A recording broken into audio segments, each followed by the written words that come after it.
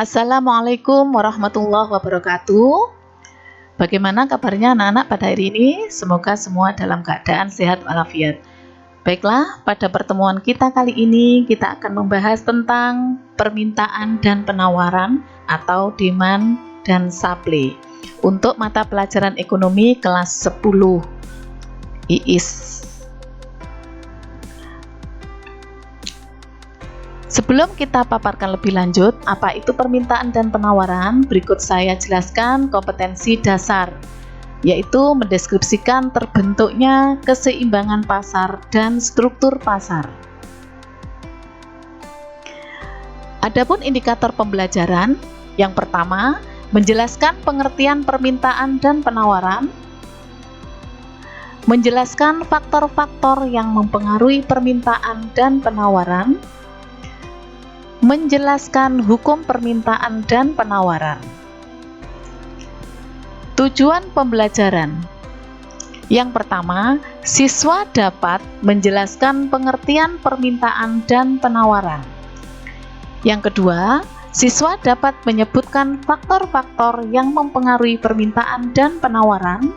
Yang ketiga, siswa dapat menjelaskan hukum permintaan dan penawaran.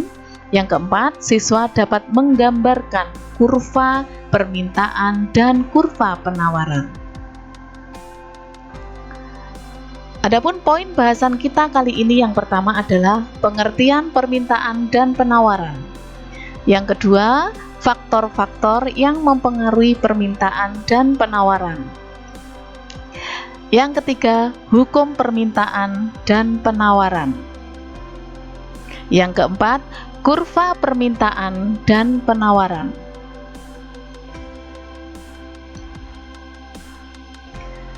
Definisi konsep permintaan dan penawaran.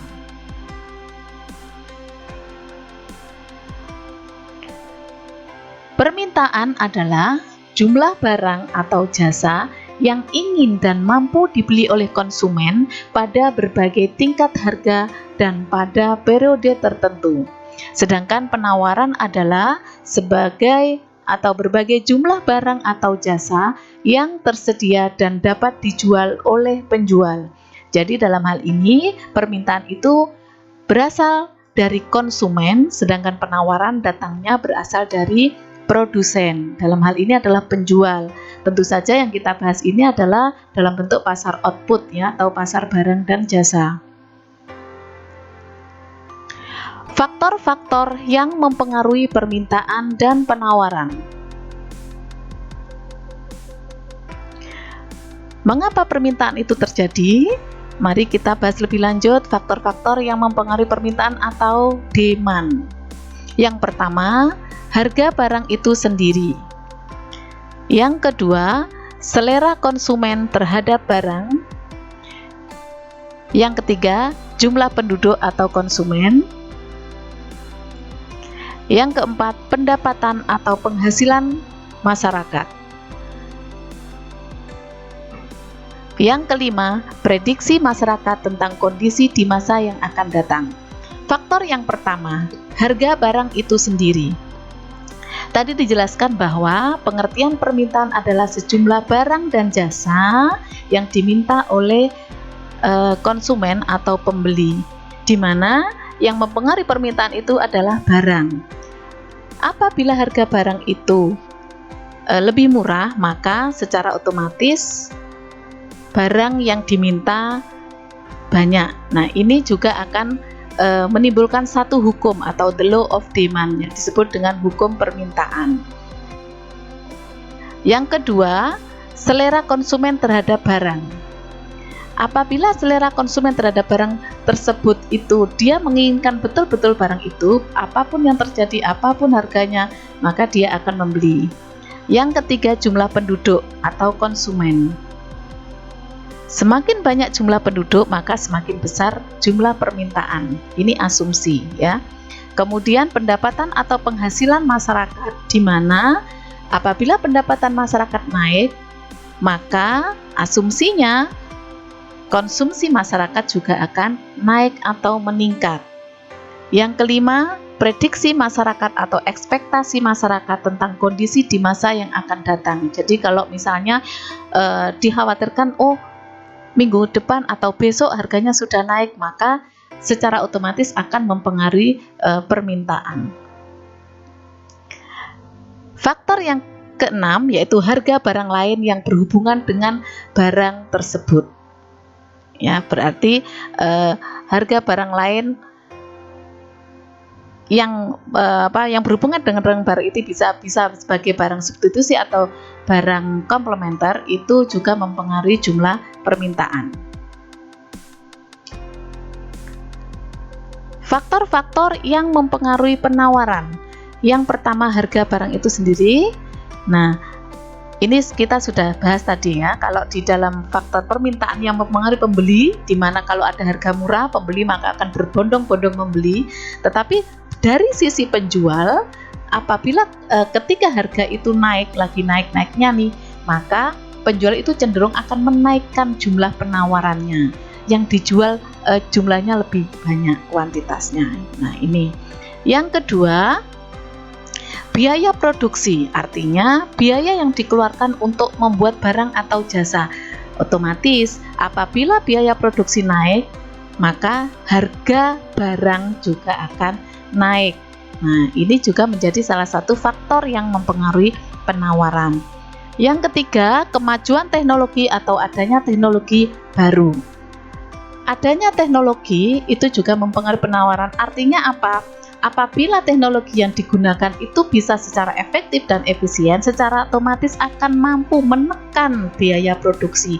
Dengan adanya biaya produksi yang mengecil atau relatif kecil, maka secara otomatis mempengaruhi penawaran atau mempengaruhi harga produk yang dijual. Harga bahan baku untuk membuat barang. Ini sama dengan yang tadi ya, harga bahan baku dari segi pasar input atau faktor produksi. Jika harga bahan bakunya mahal, secara otomatis harga barang juga mahal. Kemudian nanti yang ditawarkan konsumen juga akan lebih tinggi atau lebih sedikit, nanti tergantung. Ini kurva permintaan dan penawaran.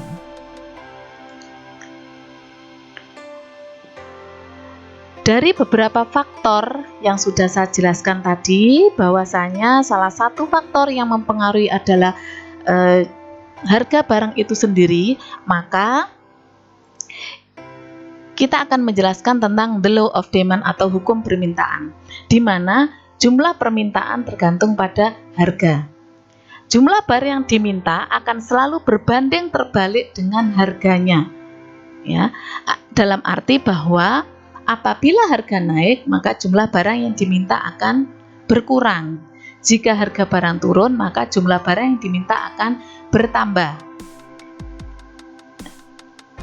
Dengan asumsi bahwa kondisi lain dalam keadaan ceteris paribus atau tetap. Keadaan lain itu apa? Faktor-faktor lain yang mempengaruhi permintaan selain harga. Hukum penawaran. Nah, ini berbeda ya, berbanding terbalik dengan hukum permintaan. Kalau pada hukum permintaan itu adalah antara harga dan jumlah barang berbanding terbalik, maka di dalam hukum penawaran hubungan antara jumlah barang dan harga barang itu berbanding lurus. Artinya apa? Jika harga barang naik, maka jumlah barang yang ditawarkan bertambah. Sebaliknya, jika harga turun, maka jumlah barang yang ditawarkan berkurang. Tentu saja dengan asumsi bahwa kondisi lain dalam keadaan ceteris paribus atau tetap, kondisi lain yang mempengaruhi penawaran selain harga barang itu sendiri. Berikutnya, kurva permintaan dan penawaran. Dari hukum tadi, hukum permintaan, kita jelaskan ya, bahwa apabila harga naik, maka jumlah barang yang diminta turun. Kita lihat pada kurva berikut ini. Kurva permintaan, karena tadi berbanding terbalik, bentuk kurva yang menurun dari kiri atas ke kiri bawah menunjukkan bahwa harga akan penurunan harga akan mengakibatkan kenaikan permintaan. Kita lihat dari kurva ini. Sebagai asumsi, pada saat harga barang itu 5.000 per unit, maka jumlah yang diminta sebanyak 2 unit. Apabila harga barang turun sebanyak 4.000, maka jumlah barang yang diminta naik sebanyak 4 unit. Begitu seterusnya hingga harga barang turun 1.000 rupiah per unit, maka jumlah barang yang diminta naik.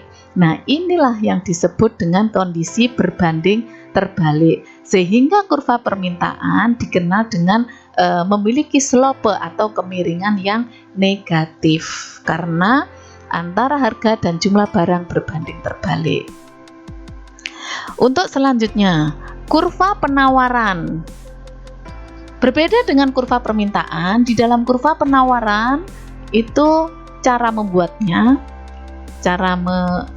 membuat kurvanya berawal dari kiri bawah ke kanan atas. Ini menunjukkan bahwa kenaikan harga barang akan direspon oleh penjual dengan kenaikan jumlah barang yang ditawarkan. Kita lihat pada tabel ini atau pada kurva penawaran berikut ini.